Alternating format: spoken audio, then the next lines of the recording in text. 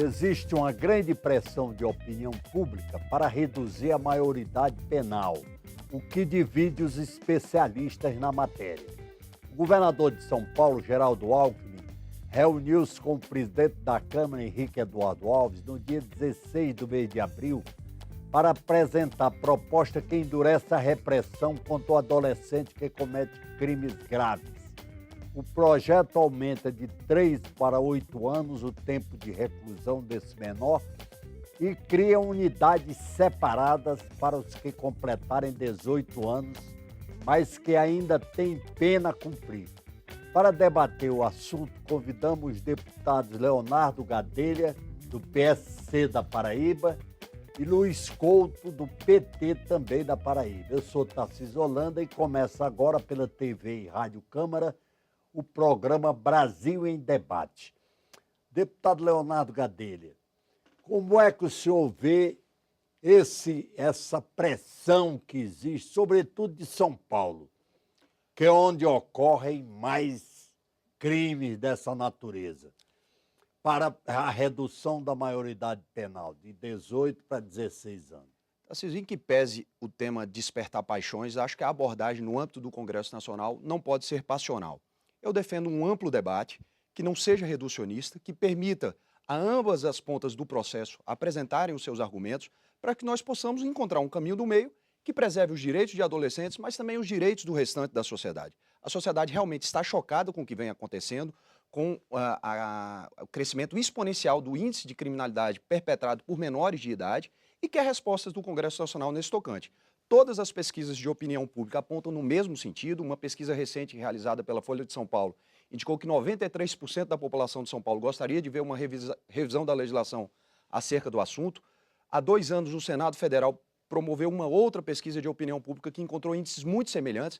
Há, portanto, no seio da sociedade, uma expectativa de que o Congresso dê uma resposta sobre essa temática. Mas, repito, em que pese eu ser amplamente favorável à redução da maioridade penal e terei a oportunidade de expressar as razões pelas quais tenho esse ponto de vista, acho que o debate não pode ser passional e o Congresso tem que ter responsabilidade de fazer um debate equilibrado, sério, onde todos aqueles que têm pontos de vista diferentes possam apresentá-los e a gente possa encontrar um caminho que atenda tanto aqueles que defendem a preservação dos direitos dos adolescentes, mas principalmente os que querem a preservação dos direitos do restante da sociedade. Deputado Luiz Couto, como é que o senhor vê esse problema da redução da maioridade penal? Primeiro, essa situação aparece com destaque quando há uma comoção. É como na seca, quando falta a estiagem, quando vem a estiagem, então todo mundo quer agora resolver a seca. Quando tem no período da chuva, você pode se preparar para o enfrentamento no tempo da estiagem, no tempo da seca. É assim também, ou seja, na realidade, eu sou contra a redução da maioridade penal. Sou relator das PECs. Agora são 32 PECs que tem, além de projetos de plebiscito que estão aí para fazer plebiscito. Se você fizesse hoje um plebiscito sobre fechamento do Congresso Nacional, passaria. Se você fizesse sobre a pena de morte, também passaria. Ou seja, não é o fato da comoção social ou da população como um todo, nós temos que enfrentar o debate. O debate é fundamental. Nesse sentido, eu concordo com o Leonardo. O debate é importante. Agora, é um debate que seja científico. Olha, a psicologia tem um elemento importante para colocar. O adolescente está em transformações. Nós temos que investir em educação. Os países que reduziram a maioridade penal, depois, alguns deles retornaram e disseram, olha, nós erramos. E nos Estados Unidos mesmo, a aplicação das penas de adultos para adolescentes e jovens, ou seja, fez aumentar a criminalidade. Então, na realidade, não é uma solução milagrosa. Ou aumentando. É característico. A primeira emenda constitucional foi de um ex-deputado aqui do Distrito Federal, Domingos, e pegou um número que é sugestivo, é 171. 171, vocês sabem o que é que significa no Código Penal, né? Que é a do estelionato, né? Ou seja, estão querendo mostrar de que, reduzindo a maioridade penal, nós vamos enfrentar a questão da violência. Veja o seguinte, na pesquisa que foi feita pelo Conselho Nacional de Justiça sobre o perfil daqueles que estão nas medidas socioeducativas, revela que o maior número de jovens que estão lá foram por roubos ou por tráfico de drogas. Ou seja, os traficantes que recrutam, nós queremos punir o aviãozinho, enquanto deveria lutar para você enfrentar os traficantes. Esse sim deve ter uma penalidade profunda, para que, de fato, sem progressão, porque, na realidade, eles estão... Se nós reduzimos agora, tem projeto lá que reduz para 13. Tem uns que reduz para 17, outro para 16, para 14, para 13, chegando até 12. Ou E seja, o tráfico de droga, como mobiliza muito dinheiro, tornou a criminalidade maior ainda no Brasil. com certeza. Não só em São Paulo, que é a maior cidade brasileira, É. mas também em todas as capitais, em todos os grandes núcleos urbanos do país. Essa que é a verdade. E tem um dado que chama a atenção, o seguinte, as pesquisas que feitas. O mapa da violência coloca lá. Quem são as vítimas de homicídios por arma de fogo? São jovens e adolescentes, né? Moram nas periferias, são afrodescendentes e são pobres. Ou seja, tem um sentido de classe. O outro elemento é o seguinte, é que o maior número de pessoas que estão lá cumprindo medidas socioeducativas, o crime que eles, a infração que eles fizeram foi contra o patrimônio. É contra o patrimônio. Ou seja, depois é que vem droga, depois vem a violência, etc, etc. Uma pesquisa feita revela de que a faixa etária que mais teve homicídio por arma de fogo cresceu 32%, foi de 10 a 14. Se você pega o censo penitenciário, você vai descobrir que quem é que está na cadeia, na maioria de cada 100, 63 são jovens de 18 a 29 anos. Nós não podemos criminalizar a nossa juventude. Deputado Leonardo Gadelha, agora, no Brasil, o assunto ainda é tratado com certo emocionalismo. Não há um ambiente, um clima assim para tratar o assunto mais tecnicamente, mais cientificamente. De por que a Câmara não faz um movimento aqui para esclarecer essa questão da legislação, para tornar a legislação mais dura, mas também pensar no problema em todos os aspectos do problema, né? Porque o problema tem uma causa social evidente, notória. É a crise social que agrava esse quadro de criminalidade no Brasil, não é? Olha, é a pobreza. É a pobreza. Eu quero dizer, antes de mais nada, que concordo com a sua análise sobre o passionalismo desse debate. Eu acho que nós devemos calcar os nossos posicionamentos em aspectos técnicos. Eu tive a oportunidade de proferir um discurso há cerca de 2 semanas no Congresso, no plenário do Congresso Nacional, no qual eu expus 2 razões pelas quais eu acredito que nós possamos rever a legislação. Uma razão é de natureza biológica. O jovem hoje é mais ágil, mais forte, mais alto do que era 25 anos atrás, quando o legislador originário, quando o Constituinte promulgou a Constituição e estabeleceu essas garantias para esses mesmos jovens. Mas, substancialmente, há uma evolução de natureza psicossocial. O jovem de hoje é bombardeado com uma quantidade de informações muito superior àquela do seu sucedâneo de 25, 30, 40 ou 50 anos atrás. Não, por acaso, os maiores índices de criminalidade entre jovens ocorrem com jovens da geração X e Y, década de 70, década de 80, que foram os primeiros na história do processo de civilização humana submetidos a essa quantidade de informação tão grande. Desde esse instante, houve uma inflexão no processo de civilização. Desde 1970, de 60, 70, os jovens passaram a saber mais do que os seus antepassados, mais do que os seus pais, do que os seus avós. E esse processo vai ser contínuo e gradual daqui por diante. Nós precisamos levar isso em consideração. Agora, há uma parcela dos jovens, uma parcela pequena do ponto de vista estatístico, que opta por um caminho equivocado. Para essa parcela que opta por esse caminho equivocado, bombardeada por essa quantidade de informações e com a premissa de corpos mais fortes, mais ágeis, mais altos, nós precisamos ser mais rigorosos. Para aqueles que recebem essa mesma quantidade de informação, que têm esses mesmos privilégios físicos, mas optam pelo caminho do bem, nós só temos a louvar os progressos da ciência. Portanto, eu acho que a nossa posição, a posição do Congresso Nacional, deve ser calcada nessas questões técnicas, substancialmente. Concordo com o padre Luiz Couto quando ele estabelece que o debate só recrudesce quando há um momento de grande comoção popular. E isso não deve contaminar o debate, muito pelo contrário, nós devemos estabelecer que o debate seja linear no âmbito do Congresso Nacional, possamos, num momento posterior, talvez daqui a 60, 90 dias, como ele próprio sugere, estabelecer aqui uma comissão geral, trazer juristas de renome nacional e internacional, para que possamos fazer uma discussão clara. O que eu acho que é muito evidente é que a sociedade brasileira demanda uma resposta do Congresso Nacional. Isso está patente. A sociedade não consegue mais conviver com o status quo, ela quer uma revisão da legislação, qualquer que seja essa revisão. O deputado Luiz Couto é relator de mais de 30 propostas de emenda constitucional. Há, portanto, um clamor, tanto do ponto de vista da sociedade, quanto internamente no âmbito do Congresso Nacional. E nós precisamos deliberar sobre esses temas. Acho que talvez esse seja o ponto de convergência. Nós vamos fazer um pequeno intervalo. O Brasil em Debate volta já.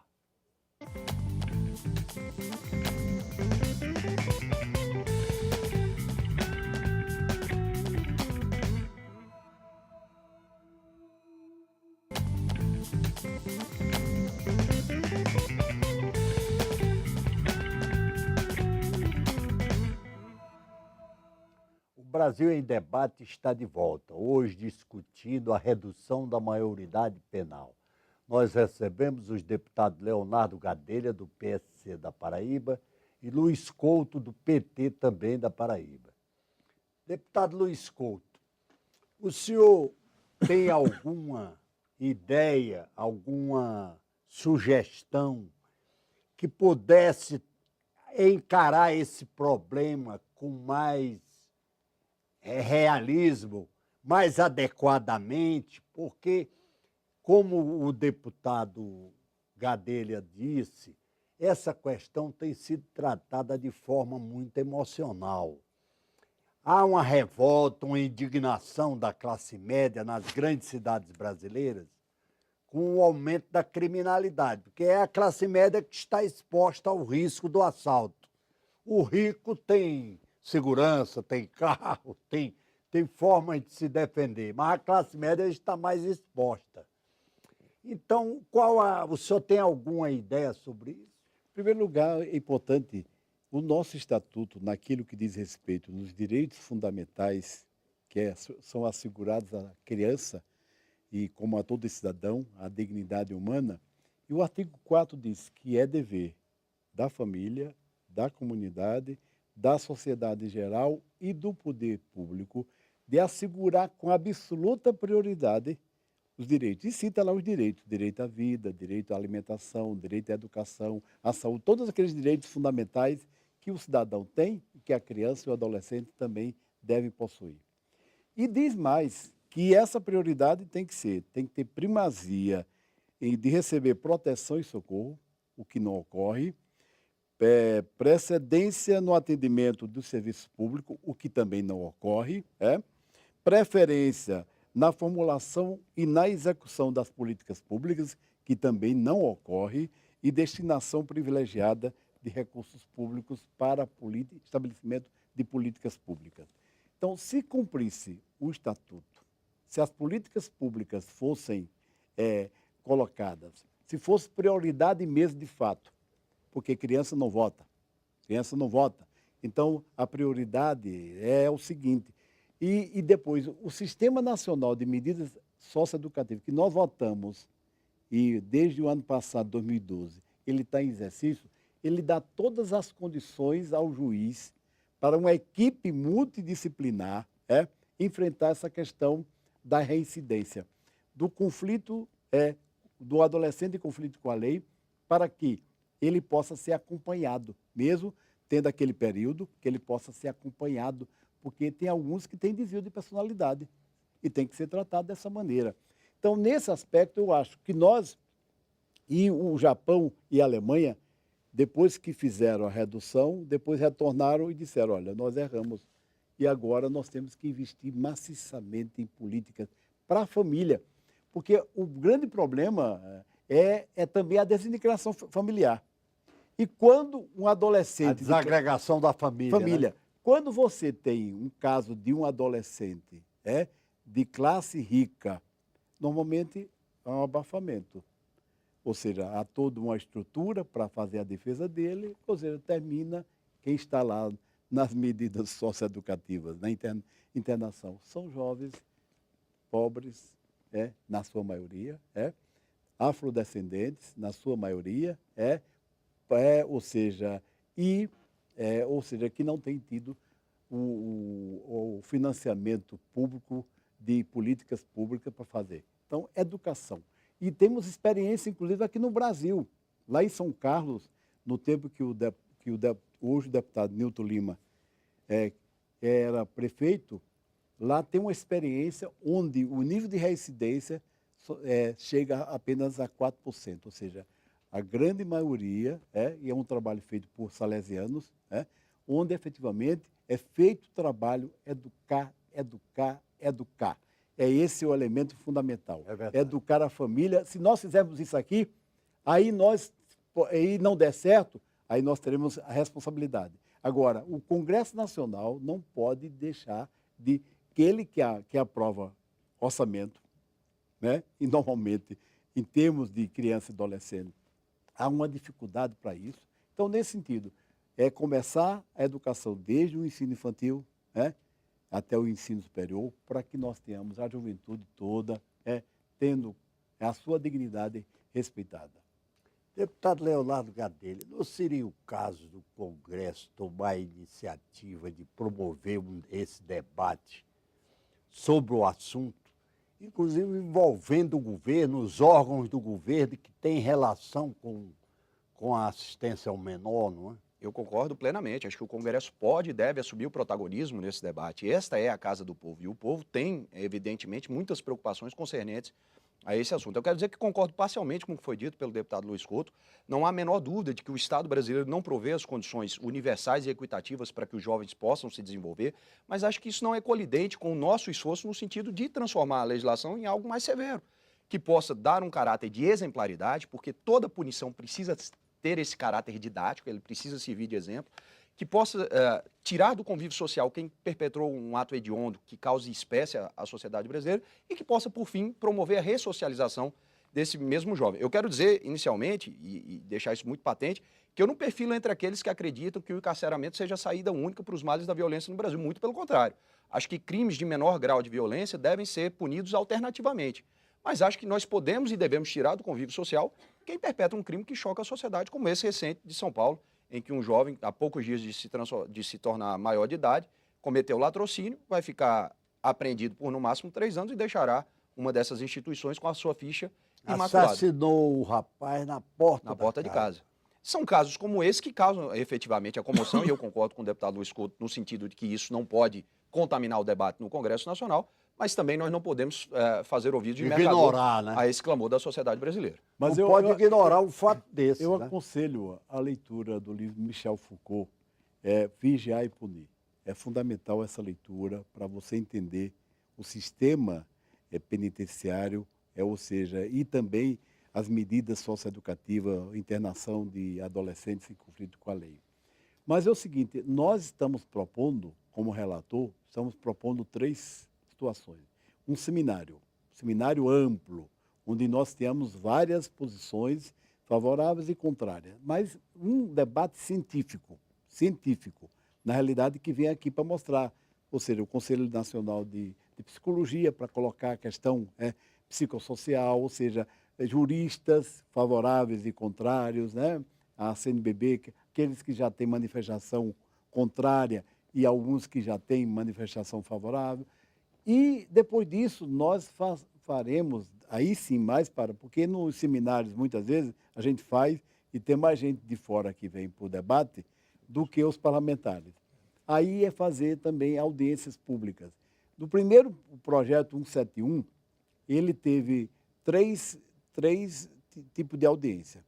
Eles fizeram, primeiro, um dos que eram favoráveis, segundo, dos que eram contrários, e um terceiro, metade favorável e metade contrário.